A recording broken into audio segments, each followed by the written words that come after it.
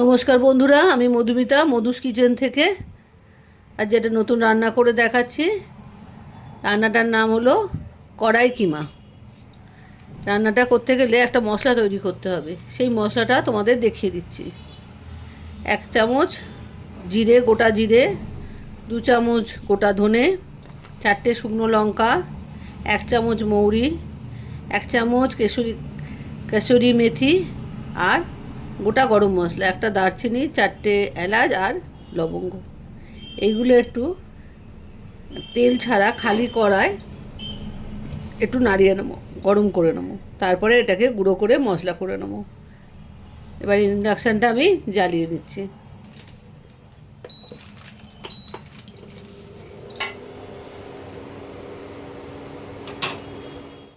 ইন্ডাকশানের মধ্যে সব মশলাগুলো আমি দিয়ে দিচ্ছি।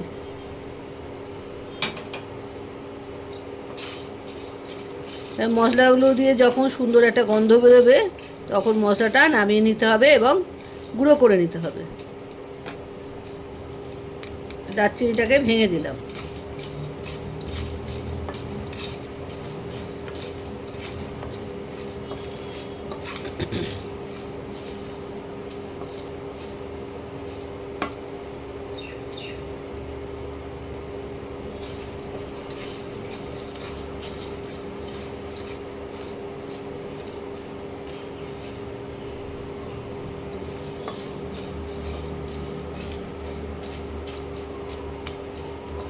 মশলাগুলো এবারে গরম হয়ে আসছে, এখনও গন্ধ ছাড়েনি। গন্ধটা ছাড়লে আমি এটাকে ইন্ডাকশানটাকে বন্ধ করে দেবো। বন্ধ করে মশলাটাকে আমি মিক্সিতে গুঁড়ো করে নেব।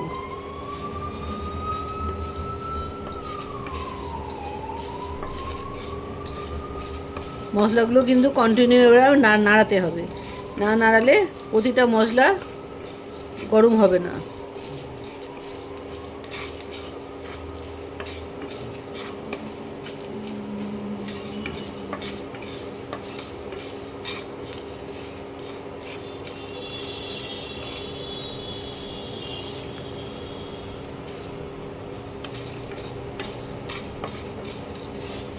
এবার মশলাগুলো দিয়ে সুন্দর একটা গন্ধ বেরোচ্ছে। আমি এবারে ইন্ডাকশানটা বন্ধ করে দিলাম। মশলাটা একটু ঠান্ডা হলে মশলাটা মিক্সিতে গুঁড়ো করে নেবো। কড়াইতে এবারে তেল দিলাম, 2 চামচের মতো তেল দিয়েছি। তেল দিয়ে তেলটা গরম করে নিচ্ছি।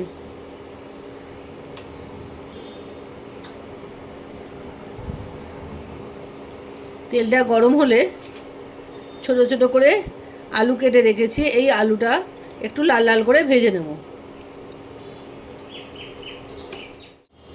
এবারে আলুটা ছেড়ে দিচ্ছি।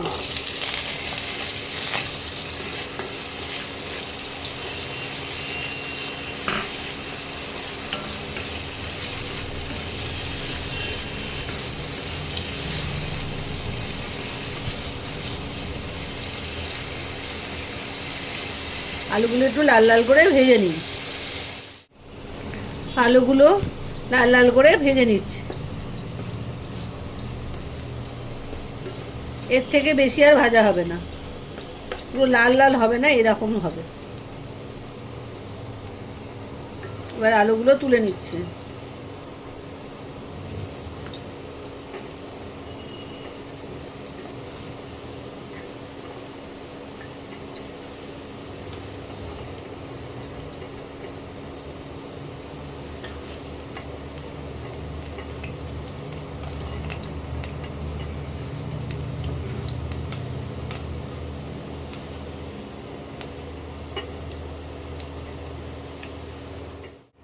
এবারে এই তেলের মধ্যে 2টো মাঝারি সাইজের পেঁয়াজ কুচি দিয়ে দিলাম।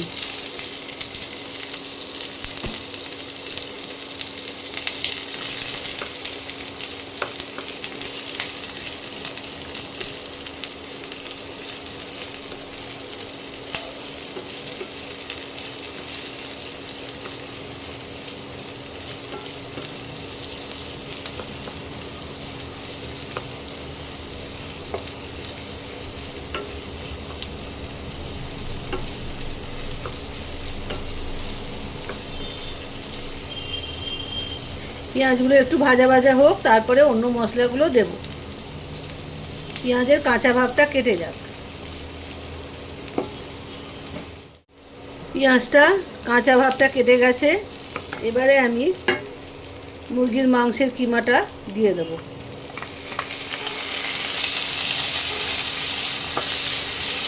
এটা এই পেঁয়াজের সঙ্গে ভাজা হবে।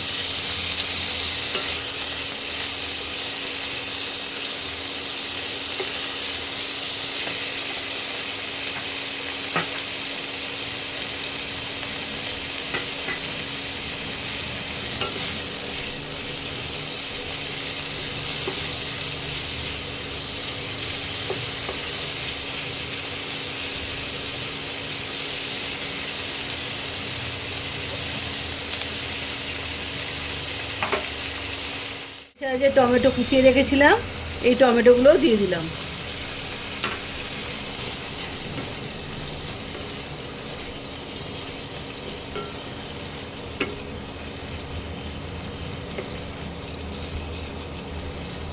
এবারে শুকনো মশলাগুলো দিয়ে দিতে হবে। একটু নরম হোক।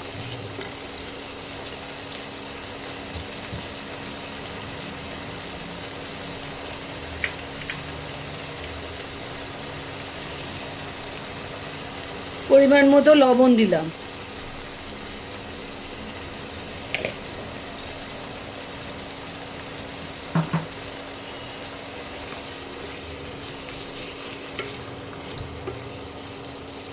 একটু টমেটোটা নরম হয়ে যাক, তারপর অন্য উপকরণগুলোও দেবো এক এক করে। এবার এর মধ্যে হলুদ গুঁড়োটা দিয়ে দেবো, যতটা লাগবে আন্দাজ মতো দেবো।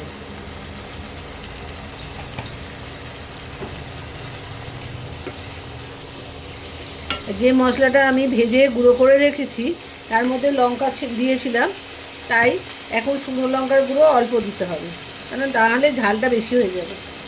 তোমরা যেরকম ঝাল খাবে সেই মতো দেবে।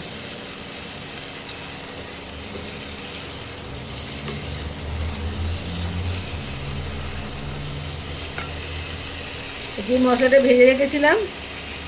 ভেজে গুঁড়ো করে রেখেছিলাম সেই মশলাটা 1 চামচ এখন দিয়ে দিলাম।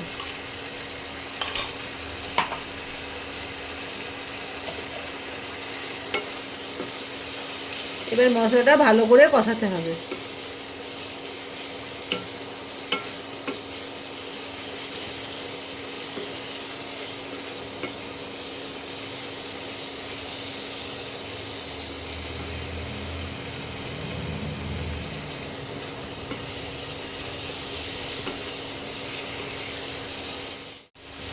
তেল ছাড়তে আরম্ভ করে দিয়েছে।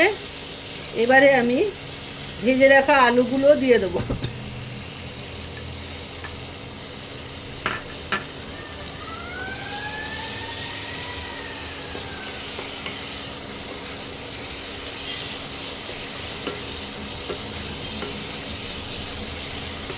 আলুগুলো দিয়েও মশলার মধ্যে ভালো করে কষিয়ে কড়াইশুঁটিগুলো ছাড়িয়ে 2 দিন ফ্রিজে রেখে দেবে, তাহলেই দেখবে এরকম গাছ গজিয়ে যাবে।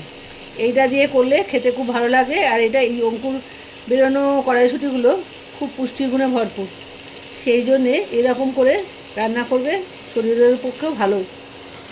এবারে আমি কড়াইশুঁটিগুলো দিয়ে দেবো।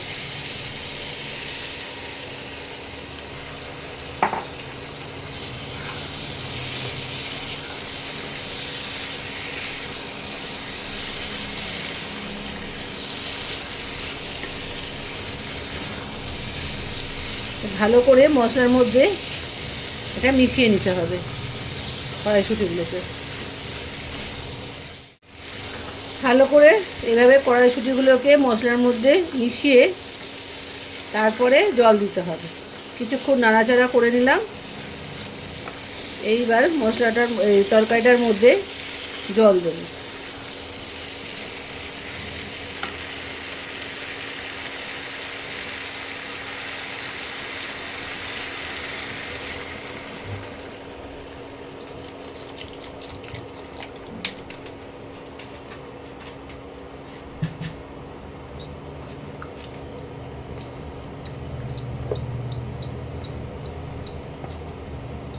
এবার এটা সেদ্ধ হোক, 10 মিনিট বাদে তোমাদের আবার দেখাচ্ছি।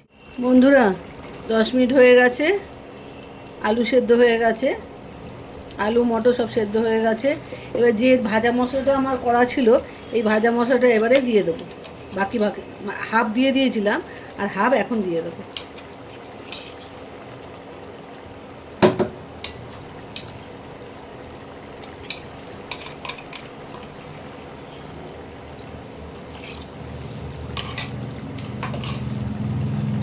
ভালো করে মিশিয়ে দিই।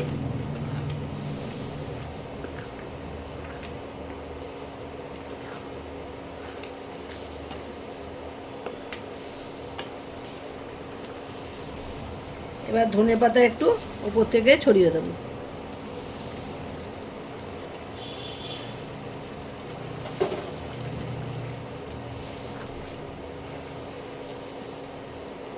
আমার কড়াই কিমা তৈরি হয়ে গেল।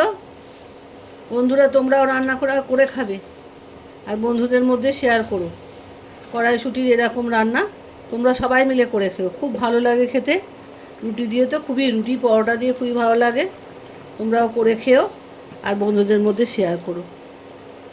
এবার এটাকে আমি নামিয়ে ফেলছি, ইন্ডাকশানটাকে বন্ধ করে দিলাম। এবার নামিয়ে তোমাদের দেখাচ্ছি। বন্ধুরা দেখো কড়াই কিমা তৈরি হয়ে গেছে। তোমরাও করে খেও আর সব বন্ধুদের মধ্যে শেয়ার করো, সবাই মিলে খেলে আনন্দ বাড়ে। আজকে আসি, বাই, টাটা।